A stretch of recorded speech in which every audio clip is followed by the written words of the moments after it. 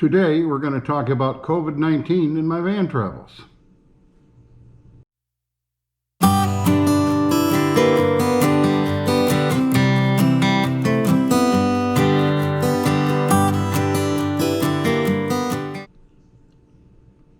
Hello, YouTube.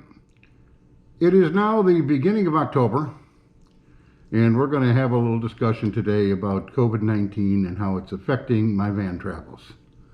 Now, I don't need to wear this mask in the house, so I'll go ahead and take it off. But that's what we're dealing with nowadays. And some of you may be saying, well, why is he talking about that now? Well, we've just been watching videos up to video 5 of a multi-week trip up to Michigan. That is true. And I just got back 2 weeks ago from a 2-week trip up to the New England states. So yes, I have been traveling.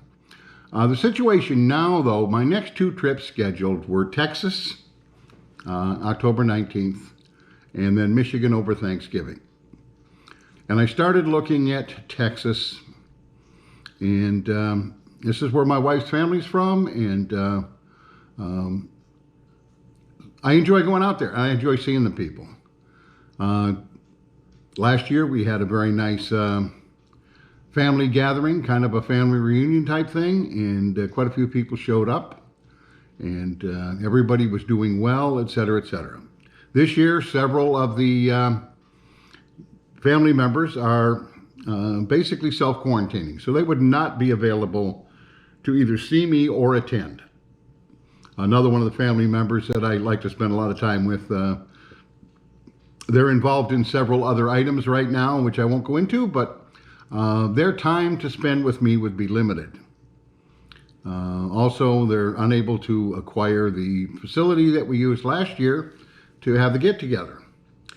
And then you're looking at how many people really would come. So in having some discussions with them, we decided it was probably most prudent this year to just put that aside and maybe do it next year. Next year, I hope to be going to Texas in March. Similar happened with Thanksgiving. I started thinking about it. One of my close friends is not going to be able to make it down. I always look forward to seeing them. My sister is unable to attain the location that we used because they're not renting it for the Thanksgiving family dinner, which I don't remember. I'm going to say maybe 16 to 20 people show up total.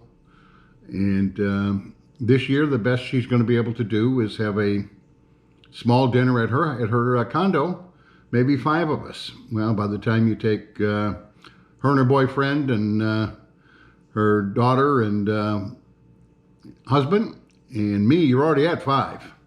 She's got a couple more daughters and stuff, so that's not really practical. And then the other 2 events that are really important to me at Thanksgiving were group gatherings. The Hydramation breakfast, which is where I used to work back in the 60s and 70s and 80s. And that's many years ago. And most of the people are my age or older. So how many of them are going to want to come out for a breakfast in the middle of COVID? I talked to the young lady who normally puts that together. And at this point, she's not even sure if she'll be able to access the location and how many will show up. It's kind of a common phrase in this whole conversation. My sister said it was up to me whether I came or not, but if I came, she would have dinner. I talked to my cousin who does the cousin's brunch on the Sunday after. Reminded him that a lot of the family was older and they may not want to come out. And like he said, he had not thought about that. But if I come, he will hold something. So it seems like everybody during this trip was... And the same thing with some of the ones in Texas. If I come, they'll make some time for me. Well, it doesn't sound like everybody's in a great frame of mind to be having gatherings during this particular COVID. It's probably not the wisest thing to do. So in talking with my family, we decided to do the same thing Thanksgiving. We're going to table it for this year. So I'll be staying here. Yes, I did do Michigan earlier in the year. I just did New England. I'm still going to do Florida coming up in January 1st. That's a different trip. That's like 10 days, staying at 10 different houses, visiting 10 different people, and they all got a direct option. I call them and I say, hey, I'm coming through doing this trip.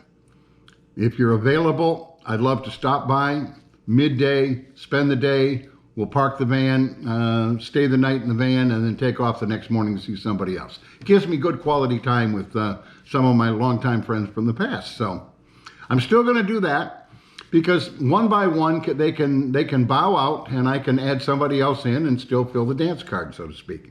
It's not involving a group. Where Texas and Michigan at Thanksgiving both involved multiple group events. So we're going to go ahead with the New Year's. And in between now and New Year's, I can do some local trips around here. State parks, do a Parks on the Air activation.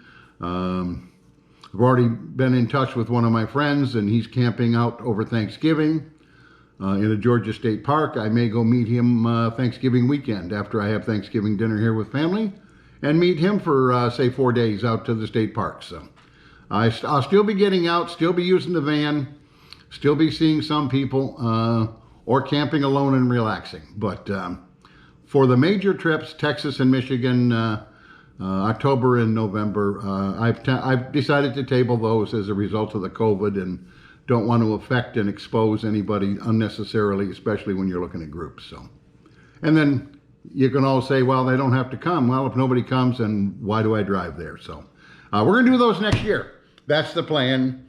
This is the biggest effect COVID's had on me for the whole thing, because we have been traveling. We did Georgia State Parks earlier during the shutdown area because the parks were open. We basically stayed to ourselves.